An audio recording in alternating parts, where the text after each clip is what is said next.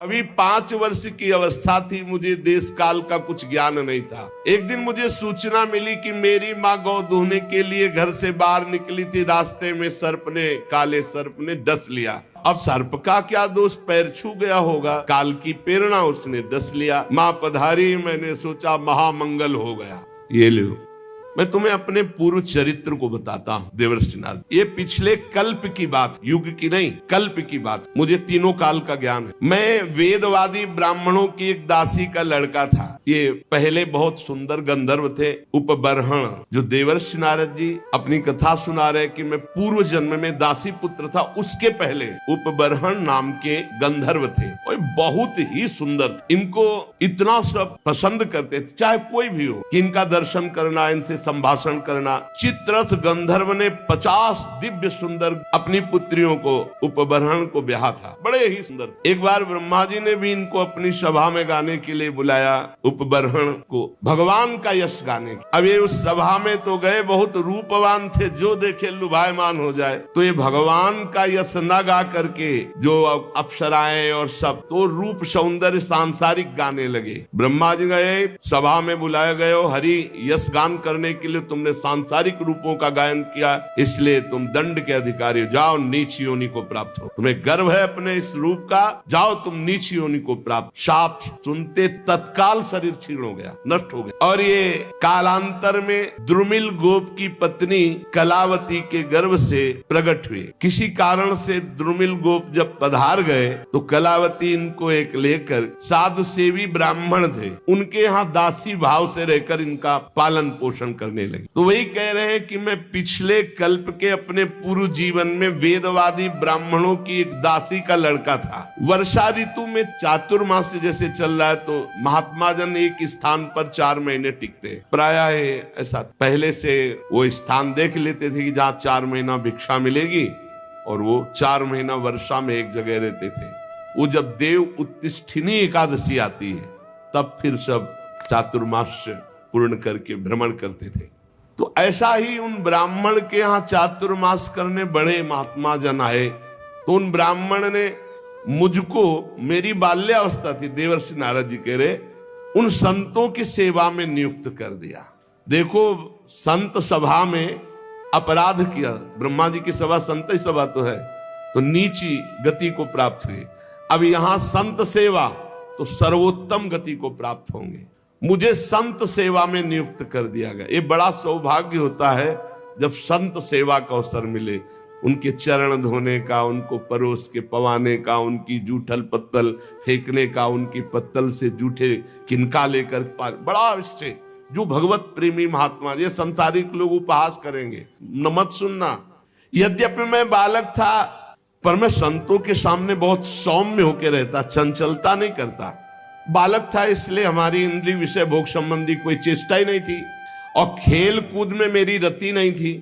तो संत मुझे बहुत पसंद करते, क्योंकि शांत भाव रहना, उनकी आज्ञा में रहना, उनकी सेवा में। तो सब संत हमें सेवा देते, ए पानी ले आ, ए ऐसा। मेरा शील स्वभाव देखकर समदर्शी सब संतों ने हम पर बड़ी कृपा की। मुझे संतों की जूठी पत्तल फेंकना, उनके पात्र मार्जन करना, और उसमें लगा हुआ जूठन निकाल के एकत्रित करके खाना, इससे क्या हुआ, भुंजे तद पास्त किल्बिषः, जितने पाप थे सब भस्म हो गए। ये बड़ी बात है, ये बड़ी बात है। सब जनों को यही समझाते, जबरदस्ती आ गए, चलो संत सेवा में, चलो संत सेवा करो, चाहे आपको दोना पत्तल फेंक, कुछ भी करो, संत आ रहे हैं, आप इत्र छिड़को। संत आए, उनके चरण धो, एक रुमाल से पूछो, एक उनकी आरती करो, एक चंदन लगाओ, बैठा लो, भगवान की तरह उनको पवाओ, और जब पाके चले तो उससे जूठन उठाओ, एक एक किनका उठाकर एकत्रित करके पाओ। तो कह रहे, सत्कृष्ण भुंजे तदपास्त किल्बिषः, सारे पाप भस्म हो गए। जो बर्तनों में, पात्र में लगी हुई जूठन होती, उसको एकत्रित कर लेता और एकांत में उसे पाता, तो भगवान के लिए रोना आता, हृदय से सारे पाप नष्ट हो गए। अब तो रोज यही सौभाग्य मिलता, चातुर्मास भर संतों की कथा सुनना, बैठकर उनकी जूठन पाला, उनकी सेवा करना। तो मेरी भगवान श्री हरि में अपार रुचि हो गई। रुचि, पूरा जीवन व्यतीत हो जाता है। उद्देश्य श्री भगवान भले हो, लेकिन रुचि भोग रहती है, रुचि संसार रहती है। रुचि भगवान में हो गई। ये संतों का जूठन, संतों के वचनामृत श्रवण का। प्यारे व्यास जी, संतों के संग में जब भगवान की लीला कथा होती तो मैं एकाग्रता पूर्वक सुनता और रोता, क्योंकि हृदय पवित्र हो रहा है। मेरी भगवान में अपार प्रीति होने लगी, भगवान में रुचि। महात्माओं की सेवा से मेरी बुद्धि भगवान में अचल हो गई। ये बहुत बड़ी बात, बुद्धि का भगवान में अचल हो जाना। अब उस बुद्धि में शुद्ध ज्ञान जागृत हुआ। बालक ही है अभी, ये संपूर्ण संसार असत है, ये ब्रह्म स्वरूप में कल्पित है, ये सत्य नहीं है। मैं ऐसा देखने लगा। ये बहुत ऊंची स्थिति। इस प्रकार शरद और वर्षा, इन दो ऋतुओं में तीनों समय महात्माओं का चरण धोना, महात्माओं की जूठन पाना, महात्माओं के वस्त्र धोना, उनके पास बैठकर भगवान की चर्चा सुनना, मेरे चित्त से रजोगुण तमोगुण का पूरा नाश और विशुद्ध त्रिगुणातीत भक्ति का प्रादुर्भाव हो गया। तस्यैवं मेनुरक्तस्य प्रसितस्य हतैन सहा श्रद्धानस्य बालस्य दान्तस्यानुचरस्य च। मेरा संतों में बड़ा अनुराग हो गया, बड़ी प्रीति हो गई। मैं विनय पूर्वक संतों से यदि कुछ लेना है तो दैन्य, जैसे भगवान को दैन्य प्रिय से संतों, मैं विनय पूर्वक बर्ताव करता। संत जन मेरी श्रद्धा, मेरा संयम, मेरी विनम्रता, आज्ञाकारिता, ये देख करके बहुत प्रसन्न हुए। और जब जाने का समय हुआ तो मैं सब संतों के चरणों में लौटकर रोया कि अब कैसे जीऊंगा। 4 महीने आपका सानिध्य, चरणामृत, वचनामृत, उच्छिष्टामृत, उनमें से जो एक महापुरुष थे वे एकांत ले गए और उन्होंने भगवान के गुरुहितम ज्ञान का हमें उपदेश किया, जिसका उपदेश आगे भगवान ने उद्धव जी को किया है एकादशी स्कंद में। भगवान श्री कृष्ण के माया के प्रभाव को मैं जान गया। अब तो कुछ अच्छा नहीं लगा। कैसे भगवान मिले, कैसे भगवान का दर्शन। सत्य संकल्प व्यास जी पुरुषोत्तम भगवान श्री कृष्ण के प्रति समस्त कर्मों को समर्पित कर देने से और निरंतर भगवान की स्मृति से तीनों तापों का नाश करने वाला शुद्ध ज्ञान प्रकट हो जाता है। वो मेरे हृदय में प्रकट हो गया। अब तो जन्म मृत्यु चक्र में डालने वाली माया का मेरे ऊपर कोई प्रभाव नहीं। बड़ी प्रसन्नता हृदय में, पराभक्ति का प्रादुर्भाव। अब प्रभु का नाम गुण स्मरण बस यही चल पड़ा। प्रभु का नाम जप रहे, प्रभु की लीला गायन कर रहे, प्रभु का स्मरण कर रहे। कभी कभी एकांत में, हे प्रभु मैं आपको नमस्कार करता हूं, हे प्राणाधार आपका कैसे साक्षात्कार होगा, ऐसे प्रार्थना करता। अब मुझे संतों की कृपा से ब्रह्म ज्ञान और पराभक्ति भाव रूपा दोनों का परिचय प्राप्त हो गया था। व्यास जी ने कहा, नारद जी जब वो ज्ञानोपदेश देने वाले महात्मा जन चले गए तब फिर आपने क्या किया? उस समय आपकी अवस्था तो बहुत छोटी थी, फिर आपने अंतिम समय शरीर कैसे परित्याग किया? तो आप इस समय पूरी याद रखे हुए हैं। काल तो सब स्मृति का नाश कर देता है। आपको पूर्व कल्प की स्मृति कैसे? पीछे युग की नहीं, पूर्व कल्प की। देवर्षि नारद जी ने कहा, जब मुझे ज्ञान देने वाले महात्मागण चले गए तो मैं भगवान का नाम जब, भगवान का ध्यान, भगवान का स्मरण करते हुए, बहुत छोटी अवस्था थी, समय व्यतीत कर रहा था। मैं अपनी माँ का इकलौता लड़का था, वो मुझे बहुत प्यार करती थी। ये मुझे पच नहीं रहा था, ये मुझे पच नहीं रहा था कि माँ मुझे प्यार कर रही। मैं ही उसका सहारा था, इकलौता लड़का। मैंने भगवान से प्रार्थना की, प्रभु माँ के स्नेह पास से मुझे मुक्त करो। देखो, जननी जनक बंधु सुत दारा, तन धन धाम सुहृद परिवारा, सबकी ममता ताग बटोरी, मम पद मनई बांध बरडोरी।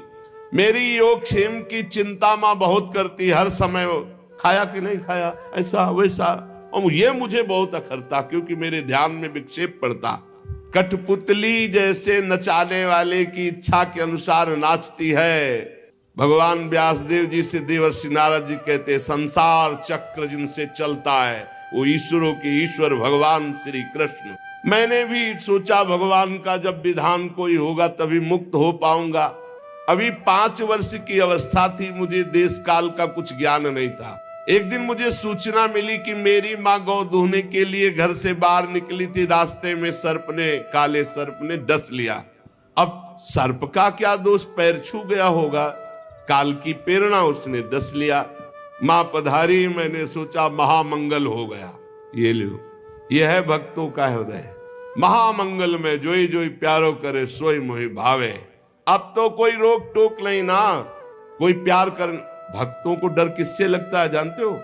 नफरत करने वालों से नहीं, प्यार करने वालों से। जो भगवान के प्रेमी जन होते हैं वो अपमान, तिरस्कार, निंदा करने वालों से कभी डरते नहीं, लेकिन प्यार करने वाले से डरते हैं। श्रद्धावान जो हो, कहीं हमारी चित्त वृत्ति इधर न चली जाए।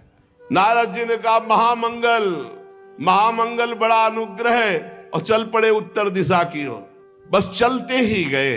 नगर, गांव, देश, खाने, खेड़े, नदी, इन सबको पार करते हुए आगे देखा बड़ा शीतल जल, जो जलाशय विशाल है, कमल खिले हुए हैं, पक्षी कुहुक रहे हैं, भौरे मड़रा रहे हैं। बालक 5 वर्ष का अकेला ही इतना लंबा मार्ग तय करके नरकट, बांस, सेठा, कुश, कीचक, ऐसे जंगल में, वहां सांप, उल्लू, सियार, भयंकर जीवों का घर, पर मुझे भय नहीं लगा, क्योंकि मैंने जान लिया था कि वही होगा जो श्री कृष्ण रचे हैं। मुझे जोर से प्यास लगी थी, बालक था ही, इंद्रियां शिथिल हो गई थी, भूखा भी था। अब उस बढ़िया सरोवर में स्नान किया और जल पान किया, थकावट मिट गई। पास में देखा विशाल एक पीपल का वृक्ष था, वहीं जाकर आसन लगाया और बैठ गया। भयावह जंगल, पर जैसा संत महात्माओं ने मुझे बताया था भगवान का स्वरूप, वैसे ही मन ध्यान करने लगा। एकांत, भक्ति भाव, वशीकृत चित्त द्वारा जे भी आर्त भाव से भगवान को पुकारा, मेरे नेत्रों में आंसू, शरीर में रोमांच और भाव में भगवान प्रकट हो गए। भगवान, ये व्यास जी उस समय मुझे कैसे तुम्हें बतावें जो आनंद प्रकट हुआ भगवान के प्रकट होने पर। रोम रोम पुलकित हो गया, हृदय शीतल शांत हो गया, आनंद की बाढ़ आ गई, और मुझे तनिक भी ध्यान नहीं रहा मैं कौन हूं, कहां हूं, कैसा हूं। भगवान का ऐसा सुंदर रूप, मेरा मन लुभायमान हो गया। बस अभी आनंद ले ही रहा था कि सहसा रूप अंतर ध्यान हो गया। अब तो आसन से उठ खड़ा हुआ, विकल हो गया, चिल्ला चिल्ला कर रोने लगा। बहुत बार आसन लगाया, ध्यान धरने की चेष्टा की, पर वो रूप नहीं आया। बार बार विकल होकर भगवान को पुकारा, अब इस रूप के बिना मैं जी नहीं सकता। अतृप्त हो गया, अशांति बढ़ गई, कैसे प्रभु का रूप अब दोबारा देखे। वन में भटकने लगा तो आकाशवाणी हुई, खेद है, इस जन्म में अब तुम दोबारा दर्शन नहीं कर सकते। अध कचरे योगी को मेरा दर्शन असंभव। ये मैंने तुम्हारा चित्त लुभायमान करने के लिए अपनी तरफ से दर्शन दिया है। ऐ निष्पाप बालक, तुम बस इसी रूप का ध्यान करते हुए निरंतर मेरा नाम जप कर और शरीर की आयु पूरी होने का इंतजार कर। अब तुझे कोई वासना नहीं फंसा पाएगी। अल्पकाल में संत सेवा से तुम्हारी चित्तवृत्ति परम पवित्र हो गई, इसीलिए संत सेवा से प्रभावित होकर मैंने तुम्हें दर्शन दिया, ये तुम्हें लुभायमान करने के लिए। अब तुम्हारा यह शरीर जब छूटेगा तो तुम मेरे दिव्य पार्षद देवर्षि नारद के रूप में जन्मोगे, प्रकट होगे। ये भगवान ने कहा। तुम्हारा दृढ़ निश्चय कभी नहीं टूटेगा। सृष्टि का प्रलय हो जाने पर भी तुम्हें एक एक बात की स्मृति रहेगी, मैं हर समय तुम्हें देख रहा हूं। तुम निश्चिंत रहना, बस मेरे ध्यान में, मेरे भजन में शरीर छोड़ो और आओ, मैं दिव्य पार्षद रूप तुम्हें प्रदान करूंगा। मैंने आकाशवाणी जिस दिशा से हुई थी झुककर प्रणाम किया। बस लज्जा संकोच छोड़कर भगवान के नाम का कीर्तन करता हुआ समय व्यतीत करता। कब शरीर छूटे। स्पृहा, मद, मत्सर ये सब नष्ट हो चुके थे। अब तो काल की प्रतीक्षा करता हुआ केवल विचरण करता।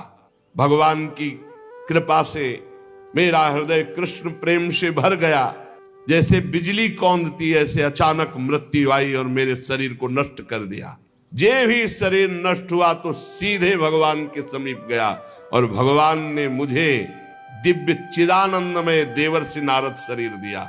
ये पांच भौतिक नहीं है, ये चिदानंद है। त्रिभुवन में कहीं भी वायु के समान देवर्षि नारद जी जान, और कभी मृत्यु नहीं होनी। प्रारब्ध कर्म पांच भौतिक शरीर में होते हैं, चिदानंद में नहीं। सबको चिदानंद मिलता है जो भगवान के निजन होते हैं, जैसे दास्य, सख्य, वात्सल्य, गोपी, सहचरी, ये सब चिदानंद स्वरूप।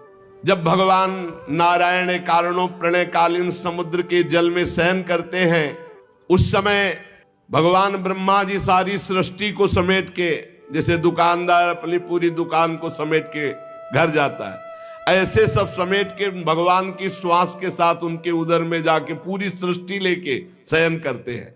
1000 चतुर्युगी बीत जाने पर जब ब्रह्मा जी जगते, तब सृष्टि करने के लिए तीनों लोकों के जीव सब बाहर आ जाते हैं। फिर दुकान फैला दी। ये ऐसे ही चल रहा है।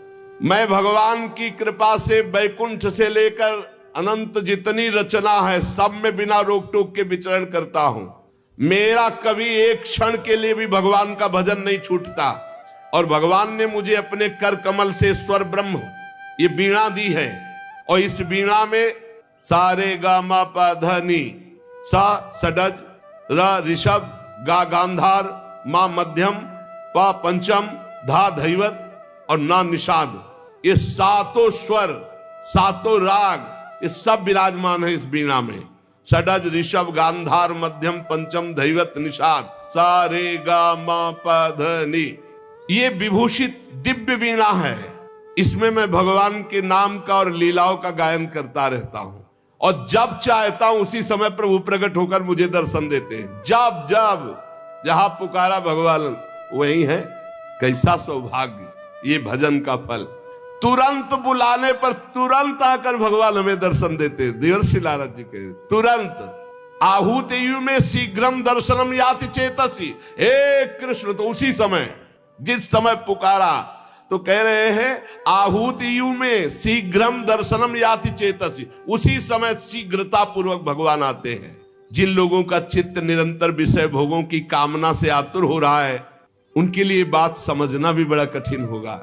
लेकिन यदि वो भी नाम जप करने लगे, भगवान की लीलाओं का गायन करे, तो मेरा अपना अनुभव है कि इसी से उनको भगवत प्राप्ति हो जाएगी। ये काम और चोट, लोभ की, मोह की, क्रोध की, ऐसी बार बार दे रहे हृदय में।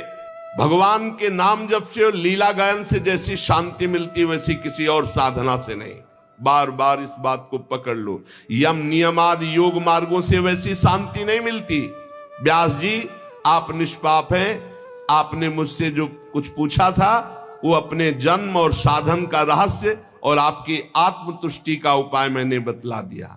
श्री सूत जी कहते हैं, शौनकादि ऋषियों, देवर्षि नारद जी व्यास जी से इस प्रकार कहकर जाने की अनुमति ली, और वीणा में तान छेड़ते हुए, स्वच्छंद विचरण करते हुए भगवान का नाम गुण। नारद जी हर समय भगवान का नाम, वो धन्य भाग है उस महाभागवत को जिसकी जिह्वा पे नाम चल रहा है। आहा अहो देवर्षि धन्योयम यत् कीर्तिम सारंग धन्वना, गायन माद्यन निदम तंत्र्या रमयत्यातुरम जगत। हर समय वीणा में नारायण नारायण नारायण नारायण और भगवान की लीलाओं का गायन। धन्य है ये देवर्षि नारद जो सारंग पाणी भगवान श्री हरि की कीर्ति, उनका नाम हर समय आनंद मगन होकर गाते हैं, और त्रिभुवन में जिधर जाते हैं उधर मंगल करते हैं, त्रिताप का नाश करते हैं।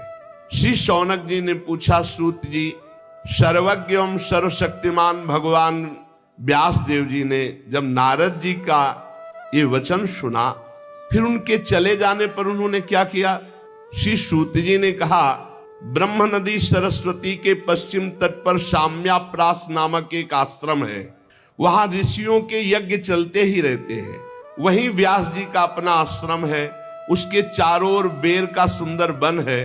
उस आश्रम में बैठकर उन्होंने आचमन किया, बद्रीवन, और स्वयं अपने मन को समाहित किया।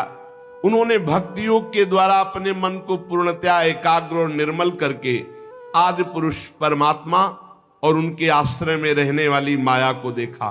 जिस माया से मोहित होकर ये जीव तीनों गुणों से अतीत होने पर भी अपने को त्रिगुणात्मक मान लेता है और इस मान्यता के कारण भारी दुख भोगता है, जन्म मरण आदि। इस अनर्थों की शांति का साक्षात साधन है केवल भगवान का निरंतर चिंतन। पकड़ो, संपूर्ण माया से बचने का एकमात्र उपाय है निरंतर भगवान का भजन, निरंतर चिंतन। परंतु संसार के लोग इस बात को नहीं जानते हैं, यही कारण है कि उनकी दुर्गति होती है। बात पकड़ लो। इसीलिए बहुत सरल भावों से भगवान की महिमा, भगवान के सिद्धांत जिसमें भरे पड़े हैं, ऐसे श्रीमद् भागवत की संहिता की रचना की भगवान व्यास देव जी ने। इसके श्रवण मात्र से पुरुषोत्तम भगवान श्री कृष्ण के प्रति परम प्रेममयी भक्ति हो जाती है। जो निरंतर भगवान की भक्ति से हृदय भरा रहता है, उसका परिचय होता है कि निरंतर भगवत स्मरण परायण। भक्ति का क्या स्वरूप है? देवर्षि नारद जी ने बताया, तदर्पिता अखिलाचारिता तद्स्मरणेन परम व्याकुलते। हर समय भगवान के स्मरण में इतना मगन है कि स्मरण छूटने का आभास मात्र हो जाए तो परम व्याकुल हो जाए और हर आचरण भगवान को समर्पित। यही परम भक्ति योग है। जो ये भक्ति योग धारण करता है तो उसका शोक नष्ट हो जाता है, मोह नष्ट हो जाता है, भय नष्ट हो जाता है, विकार नष्ट हो जाते हैं, वो निर्विकार हो जाता है। इस महान भागवत संहिता को अपने प्रिय श्री सुखदेव जी को पाया, क्योंकि यही अधिकारी दिखाई दिए भगवान व्यास देव जी। शौनक जी ने पूछा, सुखदेव जी तो अत्यंत निवृत्ति परायण है, वो आत्मा में रमण करते रहते हैं, उनको पढ़ने लिखने का ग्रंथ अभ्यास का कैसे भाव आ गया? 18,000 श्लोक पढ़े कैसे? वो तो अपने स्वरूप में रमण करते हैं। श्री सूत जी ने कहा, जो लोग वास्तविक ज्ञानी हैं, जिनकी अविद्या की गांठ खुल गई है, ऐसे आत्माराम पुरुष भी भगवान श्री कृष्ण की हेतु रहित भक्ति किया करते हैं, क्योंकि भगवान के गुण ही ऐसे हैं। भगवान के गुण बड़े बड़े सिद्ध आत्मारामों को भी आकर्षित कर लेते हैं। श्री सुखदेव जी तो भगवान के भक्तों के अत्यंत प्रिय और स्वयं भगवान वेद व्यास के पुत्र हैं। भगवान के गुणों ने उनके हृदय को अपनी ओर खींच लिया और वो विवश होकर के श्रीमद् भागवत का अध्ययन किया। श्री राधा वल्लभ लाल की जय।